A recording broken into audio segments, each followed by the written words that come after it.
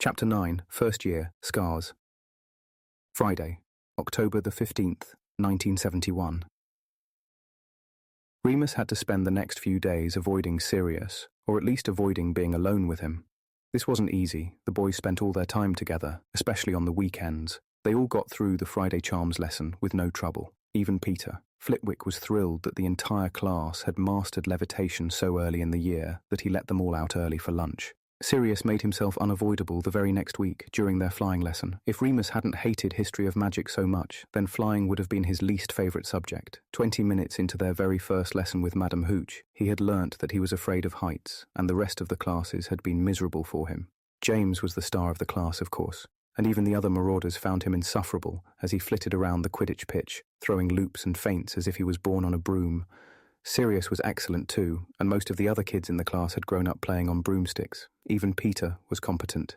It had rained the night before and the ground was soft and muddy. They'd changed out of their usual lace-up shoes and into thick boots and scarlet flying kits before squelching out onto the pitch. They picked up their brooms and awaited instruction. The brooms were provided by the school.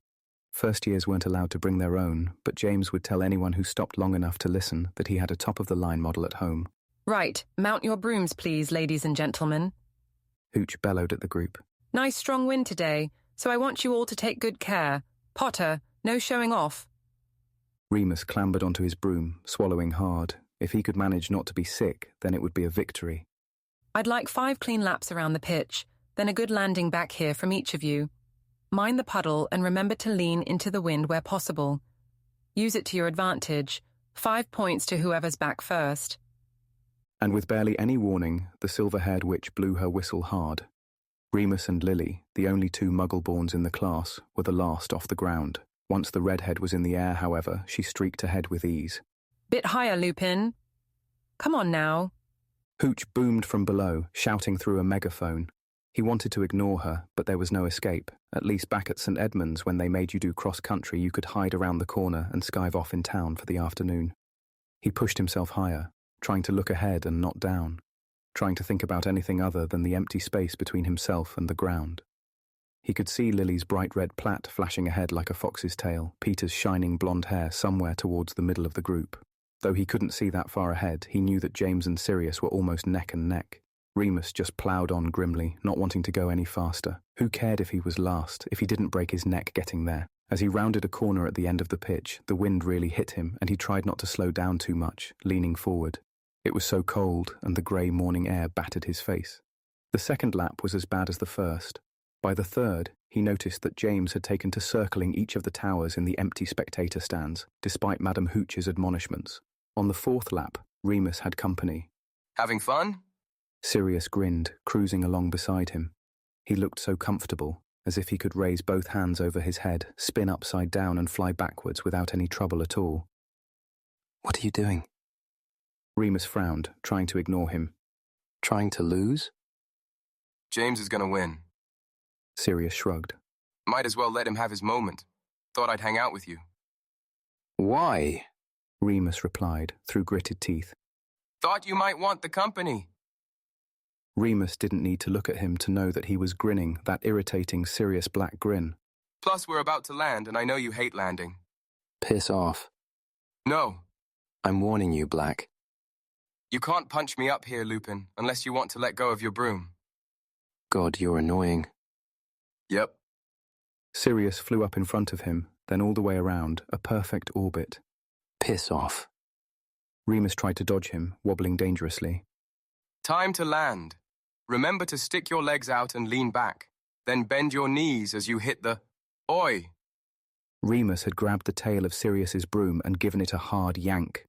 Laughing, Sirius righted himself, then flew back to Remus's side and gave him a hard shove back. Remus shook, but held on tight, making his descent. It was much smoother than before. He leaned back, then twisted quickly to push Sirius again.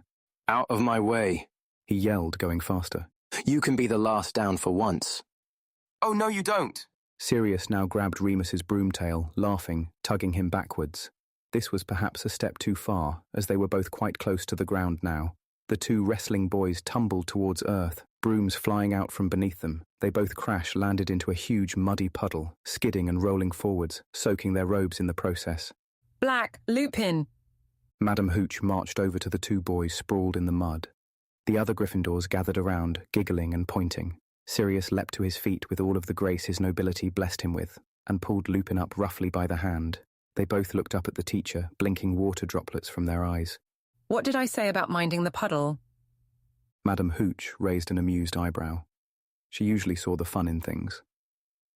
A point each from Gryffindor. You'd better go and wash off in the showers. Off you go. They both waddled towards the Quidditch changing rooms, holding out their heavy, waterlogged robes. Bloody ridiculous kit. Remus grumbled as they stepped into the squat Littler stone building. How are we ever going to dry it? The house elves will take care of that. Sirius replied, shaking his off and dumping it in a pile in the corner. Remus couldn't be bothered to ask what on earth house elves were. He pulled his own robes off and kicked away his boots, then entered a shower cubicle to continue undressing. There were towels laid out already, and the water was deliciously warm. He leaned forward into the stream, letting it warm his blood, watching the mud and rogue blades of grass swirl down the drain. At least he'd got out of 40 more minutes flying. He scrubbed his hands roughly over his hair. Without Matron's monthly haircuts, his hair was getting longer and softer, sticking straight up most of the time, as messy as James's. He could finally see the colour of it, but was disappointed. It appeared to be a bland, mousy brown. Remus finished in the shower before Sirius and got out, looking around for his uniform quickly. He was half-dressed once Sirius finally emerged, his long hair swept back, wet and shining like oil. He was already fully dressed, and looked impossibly cool and grown up, while Remus had realised he'd missed a button on his shirt and had to begin all over again. What's that? Sirius said suddenly. Remus looked up, then back down. Sirius was pointing at a long silver stripe which stretched from the left half of his collarbone down diagonally across his chest to his right nipple. He fumbled with his buttons, trying to close the shirt faster. A scar. He muttered. There was no point saying anything else now. He barely noticed them anymore. They were just there, as much a part of him as his freckles or the fine hairs on his arms. Did it happen to you at the home, where you grew up? There was something odd in Sirius's voice. Remus found he couldn't speak, so he just nodded. Sirius nodded too. I've got scars. He said so quietly that Remus thought he'd misheard at first. Sirius bent down and pulled up his trouser leg, turning his ankle to show Remus the marks there. His scars weren't like Remus's, which were big and rough and jagged, full of rage and hunger. The silver stripes on the backs of Sirius's legs were thin and straight, uniform in their cruelty. Remus stared for a few seconds before Sirius dropped the edge of the fabric and straightened up. They stared each other down for a full minute. Remus feeling very hot, Sirius's eyes cool and calm. Then it broke. Shall we go and watch James making a prat of himself? Sirius asked. Remus nodded again, and they both stepped back out into the cold autumn air. They took their seats on the hard benches in the spectators' stands and watched the rest of the class flitting back and forth across the pitch, red robes fluttering behind them. Lily, though lacking James's formal technique, was giving him a run for his money when it came to speed, beating him in 2 out of 3 races between goalposts. Remus? Sirius said suddenly as their classmates came in for their final landing. Yeah? You can't read, can you?